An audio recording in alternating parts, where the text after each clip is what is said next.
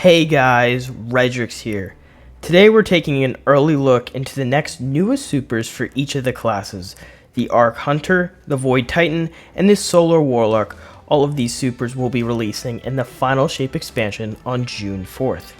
Even though that the third Darkness subclass could still possibly happen and launch with the final shape, I'm still very excited to test out these new supers for each of the classes, as they just help enhance the power fantasy your class plays and supports in the activity. We will be going over everything we currently know about these new supers and what you can expect out of it when it arrives in June. Before we get started, if you don't mind hitting that like button as well as that subscribe button, as we are trying to hit 30,000 subscribers here on YouTube. We have an awesome community here. If you ever need anyone or just someone to talk to, just let me know. So let's get started. There will be one new super for each class. The Arc Hunter will be getting the new Storm Edge super. The Titans will be getting the Twilight Arsenal super, and the Warlocks will get the Song of Flame super. As Bungie called it, these supers weave themselves into the fabric of our class identity and place our ageless power into our Guardians' hands. With Strand and Stasis, we add a new power fantasy, new abilities, and things to try. But as we Guardians have adapted to the light subclasses since 2014, we have only grown to our light subclasses more than the dark ones. In Year 5, all light subclasses got the 3.0 treatment of brand new aspects and fragments like Stasis did back in Beyond Light. But now with new supers, Bungie has confirmed that we're getting even more aspects for our respective light subclasses, making an even bigger power fantasy than we've ever had before, using the abilities still that we have today just to create more. Let's start off with the Solar Warlock, the Song of Flame super. A huge callback to Radiance from Destiny 1. The Warlock is an ultimate expression of solar energy coursing through your Guardian, the first person super other than Golden Gun in the game. The melee is basically spreading out all these projectiles once you cast your super onto the field, doubling them as well. The grenade is becoming sentient to all the enemies around it, tracking onto groups of enemies, bouncing off them, and tracking even into more enemies, leaving nothing but chaos. And even with that, you are basically becoming an expression of solar energy. You are able to give your teammates supercharge and allowing them to scorch targets, becoming this huge power fantasy of solar energy. The newest aspect for the Warlock basically says that casting a rift causes a solar soul to appear, launching itself out and exploding targets. Overall, my opinions of this is that I find the super very interesting and definitely could be very useful in many PvE activities. Now let's get ready for a really awesome super I can't wait to see, which is the brand new Void Titan super. The Twilight Arsenal, the first ever layered super in the game, and personally the one I'm excited for the most.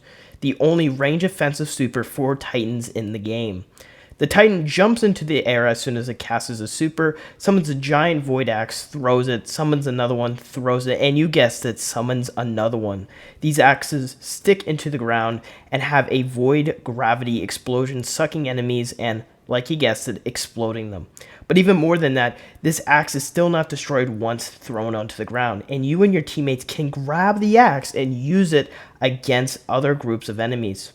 The newest aspect for Titans, by pressing your grenade button, consuming your grenade into a shield, the more damage that shield takes from enemies, it charges up and then you can release this, blasting it onto enemies that does massive amounts of damage.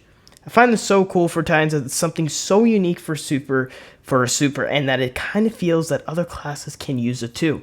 And as a Titan main, I would have never seen this coming. To be honest with you, I would have never seen this coming. Let's get into our last super for today's video. That will be the brand new Arc Hunter super called Storm Edge. The Hunter dives heavily into the Arc fantasy, finding the shortest distance between 2 points. The Hunter rears back, throwing a knife across the world, blinking to that position. A huge slash attack that just destroys enemies nearby.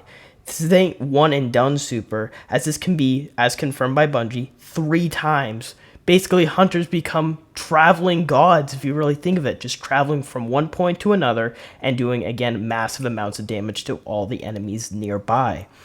Which one thing the newest hunters get with the brand new aspect is that they basically take their staff, twirl it in the air, propelling you upward, creating a burst of arc energy that amplifies you and any of your allies nearby. This just allows for more combos than before with the Hunter class, which I find really cool. As the devs put it, playing a fighting game with new moves and combos, taking the sandbox to the next level. The more aspects created for the light subclasses, the more capable the sandbox is enhanced in many new ways. Overall, I gotta have to say, guys, that these brand new supers, even though I would have loved a darkness subclass, and who knows, it still could happen, who knows, again, we will maybe make another video on that, time will tell, but these new supers really just help the sandbox, and they basically, again, enhance it, and with all the stuff that we've had in our light subclasses for the last couple of years that you guys have loved since the 3.0 versions have came out with them, they basically just create more power fantasy. And it really shows, our true identity in those classes. I hope you guys did enjoy this video. If you guys did, please be sure to subscribe and like for any more Destiny 2 intel. I'll see you guys in the next one. Bye, guys.